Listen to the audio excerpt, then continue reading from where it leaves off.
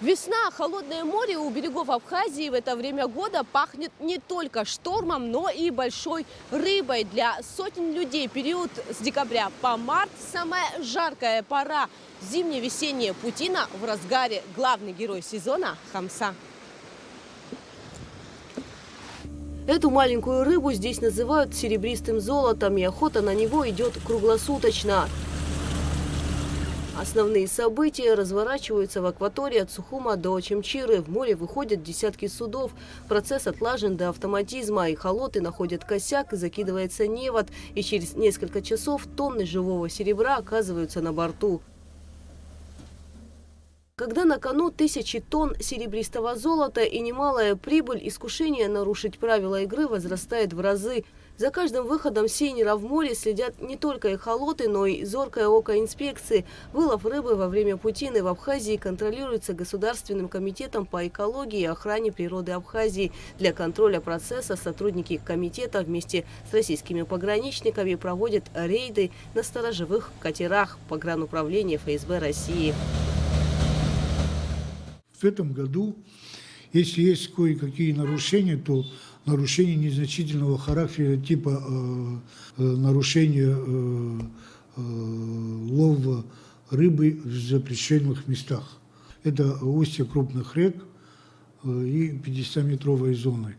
Если таковые имеются, то мы подвергаем их штрафу, который они оплачивают до завершения путины, до отъезда. Если есть нарушение и не оплачен штраф, то по завершению путины их могут и не выпустить.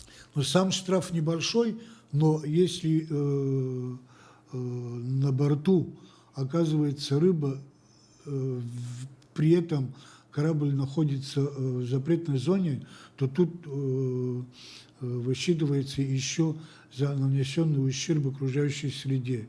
А это умножается на коэффициент, и получается достаточно большой объем. Если на борту 5 тонн рыбы, скажем так, да, при нарушении мы вычисляем ее по определенной формуле и, применяя коэффициент, получается 60 тысяч рублей. Проверка на борту занимает около часа. За день инспекторы успевают осмотреть около 10 судов.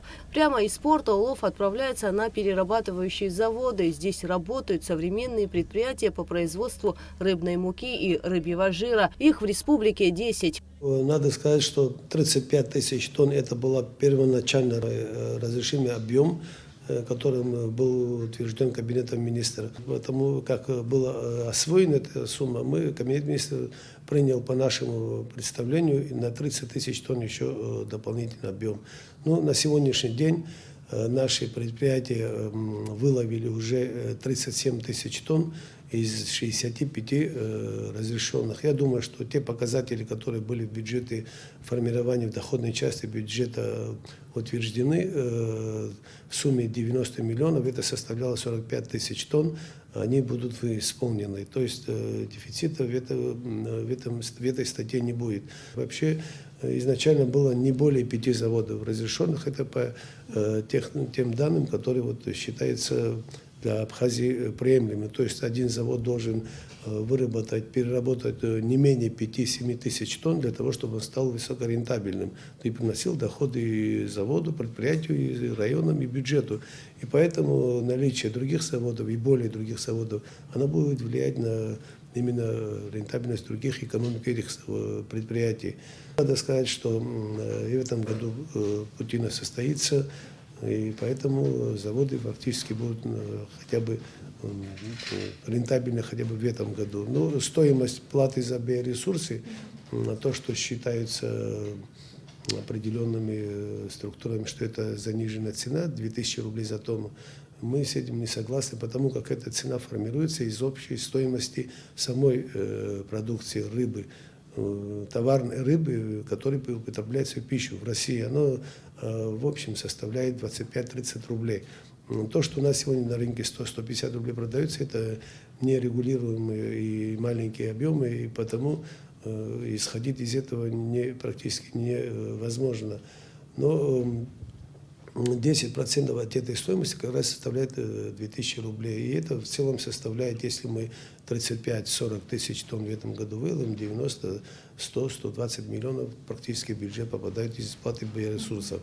А в Ачимчирский район попадает средства бюджета подоходных налогов от деятельности этих предприятий. Вот в сумме 70 и более миллионов в виде налогов, различных видов налогов попадает в бюджет Ачимчирского района. Зимне-весенняя паутина обычно заканчивается к концу марта, а пока что рейдовые мероприятия в море продолжаются.